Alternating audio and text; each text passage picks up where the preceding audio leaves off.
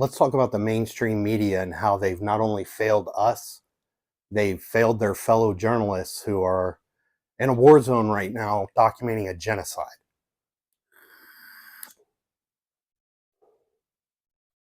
I call it a war zone, but it's not really a war zone because a war implies that there's two armies fighting.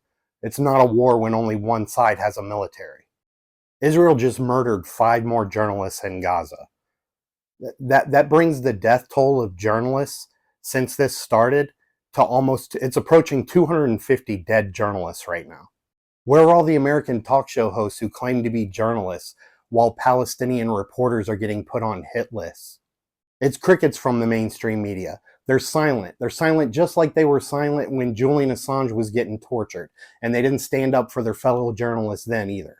Finally, people are starting to call what's happening in Gaza a famine. They're pointing out that people, women and children, innocent people are starving to death. Civilians are starving to death.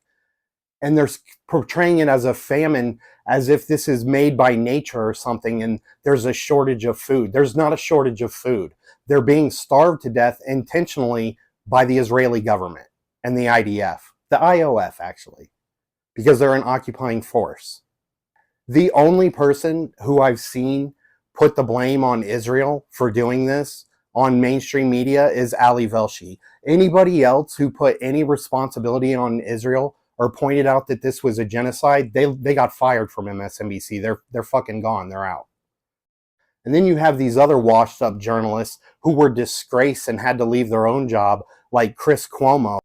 He's fallen for deep fakes of AOC on the House floor, going on tirades about Sydney Sweeney's Gene commercial. He fell for that shit. That was so obviously fake that a child could have recognized it, but I should have known better. None of the Cuomos have the intelligence of a child. Fox is fascist propaganda, CNN is a joke, and most of MSNBC is inhabited by former Republicans. They're part of the reason Trump got elected the first time. They pointed a camera at his empty podium for hours and hours in the hopes he'd come out and say something racist, while they ignored the fact that Bernie Sanders was filling stadiums at the time.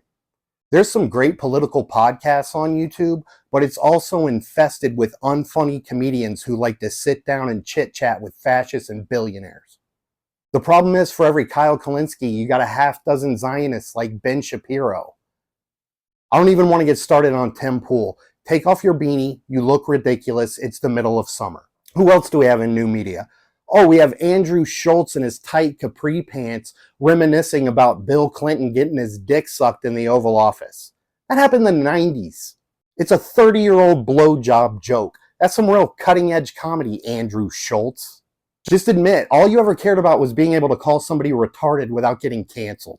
Stop saying it's not what you voted for. It is exactly what you voted for. You just didn't do the research. You just got on your microphone and blah, blah, blah, blah, blah, and told your audience a bunch of bullshit and let people lie to your face.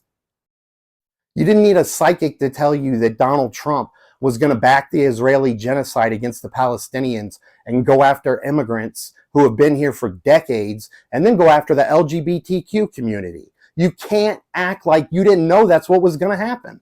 He said it 100 times. They were waving mass deportation now signs at his stupid fucking rallies.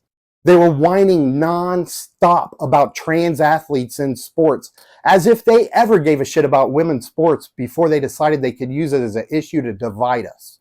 These politicians and billionaires will fight with everything they have to convince you that you don't deserve to get anything out of your tax dollars.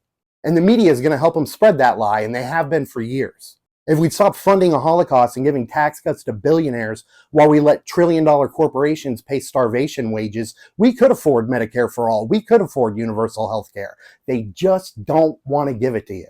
We can make sure nobody sleeps on the streets and nobody goes hungry. But instead, you've got Mark Zuckerberg buying up land in California so he can build a fucking doomsday bunker underneath his 11 different mansions. Stop telling us we're the richest country in the world, and then with your next breath saying how we can't afford to do anything to make the American people's lives better. I think I'm going to stop for the night. I had planned to go on for longer, but my heart's about to beat out of my chest. I hate to do this, but I have to end all the videos with the whole like and subscribe thing. If you want to support my channel, check out my book, Warp Asylum. It uses portal fantasy and a battle between heaven and hell to illustrate what it's like to go through a manic episode. So autofiction, it's half fiction, half reality. I wrote half of it, scribbled it in notebooks, apocalyptic ramblings, on and on and on. And then once my pills got me stable again and my mind was functioning somewhat coherently, I wrapped it all together and told a story. And if you're bipolar, I think you can probably relate to it. And if you care about somebody with a mental illness, it might help you understand what they're going through. So check it out. And hopefully I've earned another view. Hopefully you'll subscribe and like, and you'll come back for another video.